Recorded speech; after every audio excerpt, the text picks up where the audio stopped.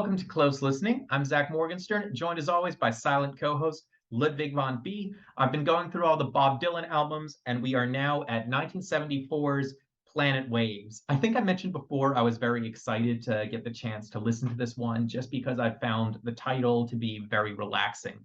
I don't know if this was a relaxing experience overall.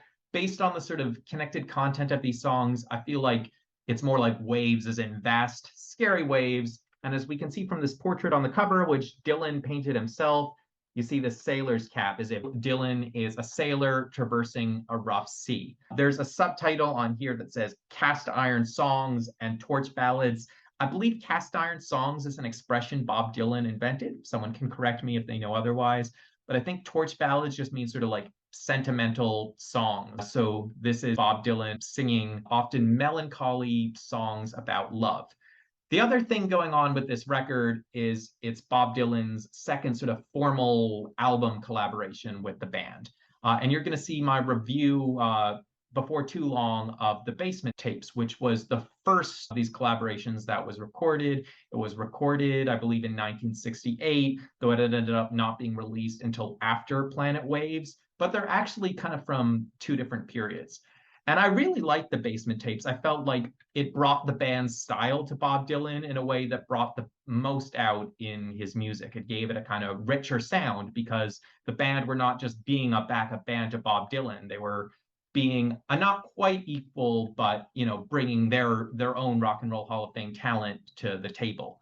Unfortunately, with Planet Waves, you wouldn't really know that the band is there. They're not singing songs on here. And I felt like there was a real difference in the organ playing. I felt like the organ had real character in the songs on the Basement Tapes, whereas here it's just there to be a filler instrument. It's Bob Dylan, so he doesn't use strings and trumpets a lot of the time. He'll just use a loud, searing organ. And even when he's doing these torch ballads, these supposedly beautiful songs, they have a real roughness to him, both because of the signature Bob Dylan voice and also because of the organ music.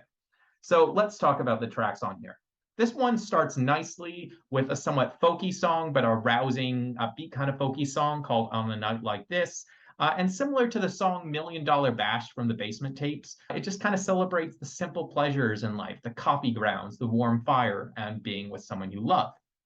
That said, that loving optimism immediately goes away on track 2, which is another good one. It's called Going, Going, Gone. If you just look at the lyrics on the page, it sort of looks like a sort of similar love scene to what we saw in the previous track, except it's like this love is kind of interrupted, like you're in this dream and you're suddenly being pulled up into the air away from it. And this starts the sort of overall feel of the rest of the album of kind of searing organs and a lot of singing in a minor key. But I feel like Going, Going, Gone is kind of the stronger one because Bob Dylan has that, catchy phrase and draws out all the emotion in it. Track number 3, Tough Mama. It's another fairly good sounding example of this sort of Bob Dylan in a minor key with the organs thing going for it.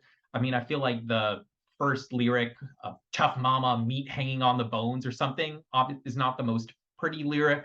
But overall, both musically and conceptually, I like what he's doing with the song. Bob Dylan is clearly exploring the sense of being overwhelmed, I guess, drowned by the waves of love. And he kind of goes through these various intriguing, perhaps archetypal female figures who maybe attracted him at different points. The tough mama, the dark beauty, the sweet goddess, the silver angel. But then the last verse opens not with the mention of a new trope of woman, but of being crestfallen, as if Bob Dylan kept being addicted to love, and now he's on a downward spiral.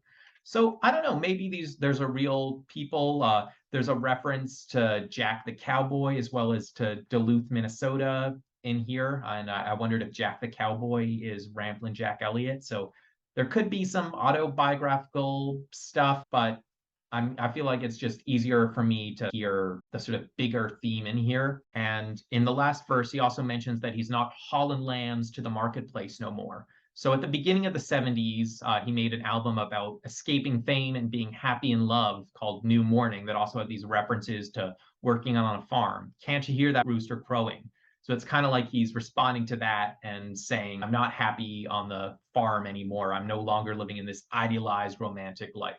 Track number 4 is a love song called Hazel, and this once again gives us the arc from starry-eyed in love to being disillusioned, but in a sort of simpler, less over-the-top kind of way. Track number 5 is called Something There Is About You. I wonder if Bob Dylan is referring to his friend George Harrison here, with the song Something in the way she moves. Unlike tracks 3 and 4, this one isn't just saying I was obsessed with love and now I'm not and I'm sad. This one is kind of exploring why he gets mesmerized so easily. He asks questions like, is it the way your body moves, or is it the way your hair blows free, or is it because you remind me of something that used to be, something that's crossed over from another century? So the one song I knew from this collection before, the sort of real standout, is a song called Forever Young.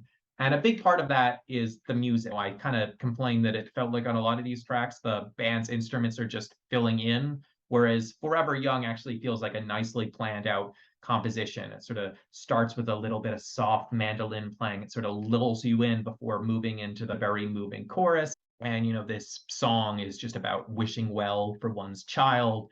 So I guess it's like Bob Dylan is pausing between mourning his romantic failure, but while saying, at least I still have my children. So I'll try and put on a brave face for them.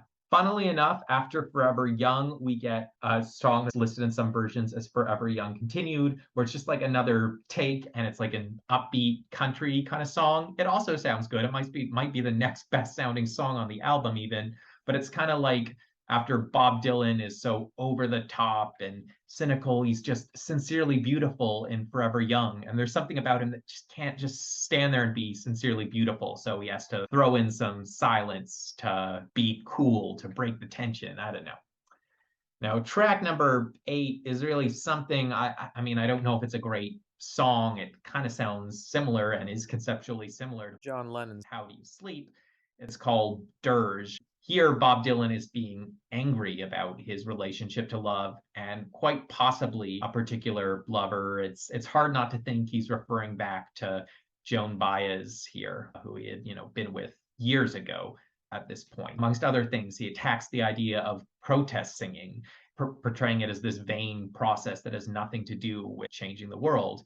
And one has to wonder, is, Bob Dylan denouncing his own protest songs here? Is he saying, people like Joan Baez, Suze Rotolo made me write all these stupid songs that I can't even identify with anymore?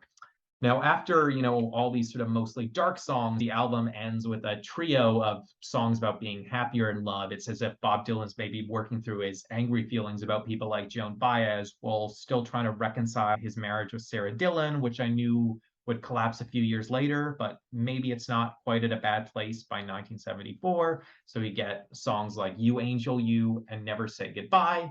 And then we have the final song, which is called The Wedding Song. And I wasn't expecting that to be another optimistic romantic one because it's a sort of melancholy folk thing. This one is stripped down. You really just hear guitar playing on it. It's a compelling way to end the album. But yeah, if you look at the lyrics, it's another optimistic love tune. So overall, one can see why Planet Waves isn't quite as iconic as some of the more famous albums. I feel like after the first listen through, I still felt like Forever Young was the only truly great song on here, and it may very well have been the only truly polished one on here. That said, there are certainly other things to enjoy, just Going, Going, Gone, and possibly Tough Mama. Apparently, this album was originally going to be called In Ceremonies of the Horseman, which is a lyric from his song Love Mine is Zero No Limit, which is a song I love and seemed to be a very sophisticated love song. And at the time it was written, 1964, could have been, a song about Joan Baez and how great she was. So one could listen to this as a concept album with Bob Dylan, maybe now wishing he was still as successful and as much of a songwriting magic machine as he was in the 1960s, while also acknowledging how much he's changed and also possibly acknowledging that when he was at his peak, when he was writing albums like Blonde on Blonde, there was a lot of bitterness in his lyrics. So he's kind of bringing this bitterness into this music that he may on some level realize is not something one wants to bring into the world, but it also felt like it was part of him when he was at, his most successful, his most appreciated. So certainly a good album. Forever Young, is an iconic song and definitely interesting when listened to as a concept album. So let me know your thoughts on Planet Waves in the comments below. I'm Zach Morgenstern. This is Ludwig von B. See you next time.